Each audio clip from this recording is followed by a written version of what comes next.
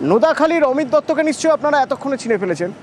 আমরা নিউজ 18 বাংলায় আপনাদের গতকাল দেখিয়েছিলাম নোদাখালীর কোটিপতি চোর অমিত দত্তকে চুরি করতে গিয়ে ধরা পড়ে গেল। তারপর গিয়ে দেখা গেল নোদাখালীতে তার একটা রাজপ্রাসাদ রয়েছে রীতিমতো। তো সেই অমিত দত্তর রাজপ্রাসাদের ভিতরে মানে চুরি টুরি করে গিয়ে সাঙ্গপাঙ্গরা সবাই মিলে একটু মদ খেতে হবে, সেই মদের আসর কোথায় বসতো জানেন? শৌখিন অমিতের বাড়ির ভিতরে একটা বার, বাড়ির ভিতরে একটা বার বানিয়ে ফেলেছিলেন তিনি। এই বার ভ্যালুয়েশন দেখা যাচ্ছে বারটাই মোটামুটি 25 লক্ষ টাকা দিয়ে বানানো। দেবাশিস রয়েছে আমার সঙ্গে। দেবাশিস, শৌখিন চোর কোটিপতি অমিত দত্ত, শৌখিন তো বটেই, তা না হলে আচ্ছা আচ্ছা বাড়িতে আচ্ছা আচ্ছা মানে কোটিপতির বাড়িতেও হয়তো এইরকম বার দেখা যায় না। দেখো, অতটা তোমার সেই গানটার কথা মনে আছে? ভালো জনে রইল ভাঙা ঘরে আর মন্দ জনে সিংহাসনে চড়ে। আর সেই সিংহাসনে চড়তে কিন্তু ভালোবাসত এই অমিত, তার কারণ সে মন্দজন।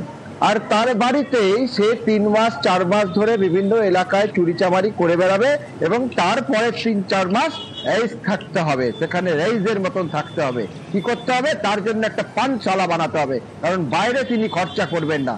খরচা করেছেন নিজের ঘরে প্রায় 25 লক্ষ টাকা দিয়ে। তার বন্ধু বান্ধবদেরই সেই কথাটা বলেছে, পুলিশ সূত্রে এই খবর। 25 লক্ষ টাকা দিয়ে একটা পানশালা বানিয়েছে ঘরের মধ্যে। যে হোম থিয়েটারটি রয়েছে, সেই হোম থিয়েটারটার দাম হচ্ছে 3.5 লক্ষ টাকা। 3.5 লক্ষ টাকা দিয়ে হোম থিয়েটার বানিয়েছেন। তার কাছে একটি ভালো ল্যাপটপ রয়েছে এবং সেখানে গান চলতো এবং বন্ধু বান্ধব পাড়া প্রতিবেশী যখন যে বন্ধু বান্ধবরা আছে তাদেরকে নিয়ে প্রত্যেকটা দিন সেখানে বসতো এই আসর। সেই আসরেরই ছবি আমরা এই মুহূর্তে দেখাচ্ছি, যেখানে অমিতকে দেখা যাচ্ছে পায়ের উপর পা তুলে ল্যাপটপ নিয়ে গান চালাচ্ছে। দেবাশিস, এই যে 25 লক্ষ টাকার বার, 2.5 লক্ষ টাকার হোম থিয়েটার, এই সব কিছু তো একা চুরি করে করা সম্ভব কি? কতটা চুরি করতে পারে একটা মানুষ জীবনে? এবং অমিত দত্তর যা বয়স, কত চুরি করেছে, কত জায়গায় চুরি করেছে? সম্ভব যদি একটা নেটওয়ার্ক কাজ করে, একটা টিম কাজ করে। অমিত দত্তর কোনো টিম ছিল, সেই টিমে কারা কাজ করতো? দেখো, একেবারেই ইতিমধ্যেই পুলিশ কিন্তু তাকে নিজেদের হেফাজতে নিয়ে জিজ্ঞাসাবাদ করেছে।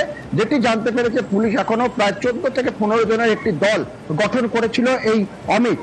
মূলত হাওড়া গ্রামীণ ও শহর এলাকার যে 16 নম্বর জাতীয় সড়ক, সেই জাতীয় সড়ক এলাকার বেশ কিছু যুবককে রাখা হতো এবং দক্ষিণ 24 পরগনার বেশ কিছু যুবককে নিয়ে একটা গোটা টিম তৈরি করেছিল এই অমিত। কোনো কোনো ক্ষেত্রে হোটেলে থাকা, কখনো কখনো সেই এলাকায় বাড়ি ভাড়া করে থেকে এই সংগঠিত একটা ক্রাইম করে বেড়াচ্ছিল অমিত, যার মধ্যে কিন্তু এখনো বেশ কয়েকজনের নাম পাওয়া গেছে, যাদের খোঁজে ইতিমধ্যেই হাওড়া গ্রামীণ পুলিশ তারা কিন্তু তদন্ত শুরু করেছে।